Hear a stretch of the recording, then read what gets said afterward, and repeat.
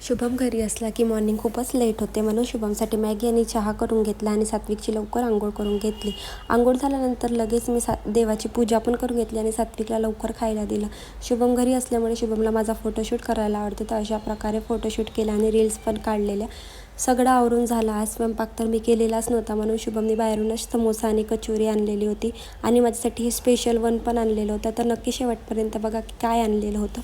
आज आम्ही बाहेर जायचं ठरलं होतं. रात्रीचा ॲटमॉस्फिअर असं येल्लो झालेलं तर खूप छान वाटत होतं. जाऊन आम्ही झुडिओला गेलो आणि सात्विक आणि माझ्यासाठी आणि शुभमसाठी पण शॉपिंग केलेली. काय शॉपिंग केली नेक्स्ट व्लॉगमध्ये मी तुम्हाला नक्कीच दाखवेल. सगळी शॉपिंग झाल्यानंतर आम्ही FC पर्यंत पोहोचलो आणि चाबी लावता येत नाही तरी चाबी लावायचं ट्राय मात्र सात्विकचं चालू होतं. जाता जाता त्याला पायनॅपलचा ज्यूस दिला आणि FC ला पोचलो. खूप क्रॉक्स शोधले, बट आम्हाला जसे क्रॉक्स पाहिजे ते सात्विकसाठी तसे भेटलेच नाही. खूप शॉप शोधल्यानंतर एक शॉप असं होतं जिथे आम्हाला सात्विकसाठी क्रॉक्स सापडले. आम्ही क्रॉक्स वगैरे घेतले. असं आम्ही FC ला गेल्यानंतर इतकं छान ॲटमॉस्फिअर होतं आणि इतकी गर्दी होती.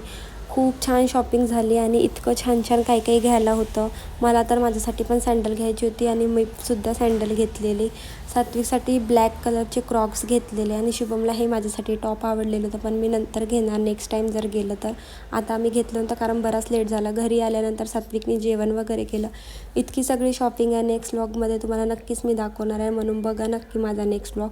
घरी आल्यानंतर सात्विकचं सगळं आवरलं, जेवण वगैरे आमचं झालं आणि रात्री मात्र आईस्क्रीम खायला हे दोघं बापले कधी विसरले नाही आणि मला विचारत पण नव्हते की तुम्ही खाता की नाही खात. म्हणून हे रात्री हे शुभमने आणलेलं स्वीट्स जे मी तुम्हाला मगाशी दाखवलं त्याच्यामध्ये हे रसमलाई होती. मी ते खूप आवडीने खाते आणि मला खूप छान आवडते. सात्विक बघा बाय म्हणतोय. बाय. असा संपला आमचा दिवस.